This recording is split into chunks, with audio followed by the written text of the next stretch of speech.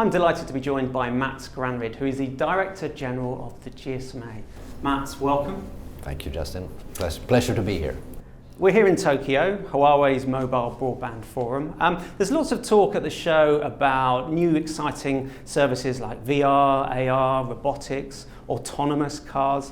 Fascinated to know what role you think operators could play in a future world full of this technology. Yeah, I mean, if you just walk around, you see drones as well, quite a big drone. I think it's a really interesting new avenue, a new interesting new way for operators to earn revenues and new services. I think it is a way for us to spread the reach from beyond just you and me to actually become more of a business-to-business opportunity, as well as you and I will have other type of services where operators can come in and leverage. So do you think there's a case for operators going beyond just providing the network and actually perhaps getting involved in manufacturing or providing the services as well? Well, possibly. I'm convinced that the vast majority of operators will do more than just be a smart pipe.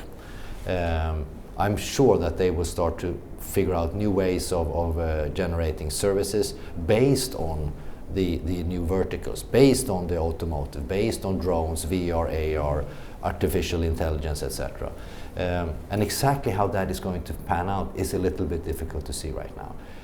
But there's a lot of good work going on. I spent the whole morning with China Mobile, the CEO of China Mobile, and it's quite fascinating to hear and listen to what they're doing. They're really thinking of this. SoftBank as well, also thinking a lot around how to use these new type of verticals, the new type of equipment that is coming up and how we are connecting them. But that's just sort of the foundation. That's sort of like brushing your teeth.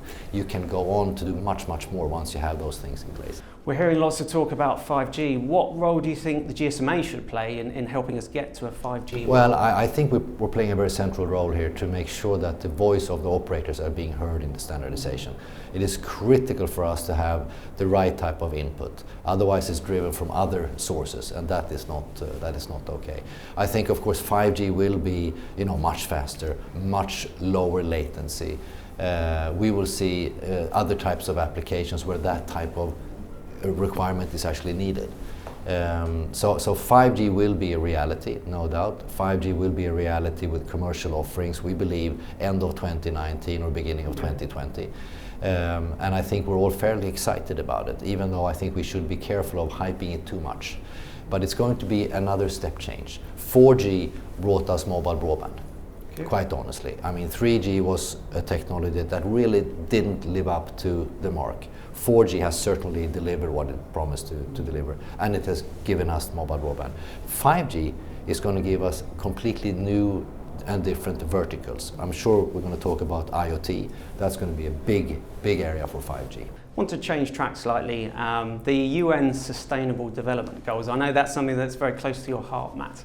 Why should mobile, or how can mobile play a role in those SDGs? Well, that's a good question, and I think that, as you know, in Barcelona of this year, 2016, we asked our board, we asked the mobile operators if they would support SDGs, Sustainability Development Goals, and that was a unanimous yes, absolutely. And the reason for that is that we have a reach that is unmatched by anyone. We reach 4.8 billion consumers on a daily basis.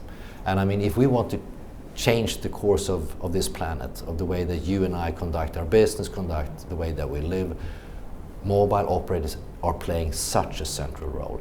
And we, in the UN General Assembly week in September of this year, we launched the impact report, which shows clearly the impact that we are doing currently on the SDGs. And this is going to be an annual report where we can show clearly how we are progressing up to the goals that should be completed by 2030.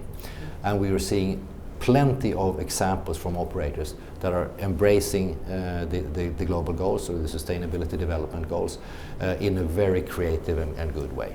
Matt, thank you very much for your time. Thank you.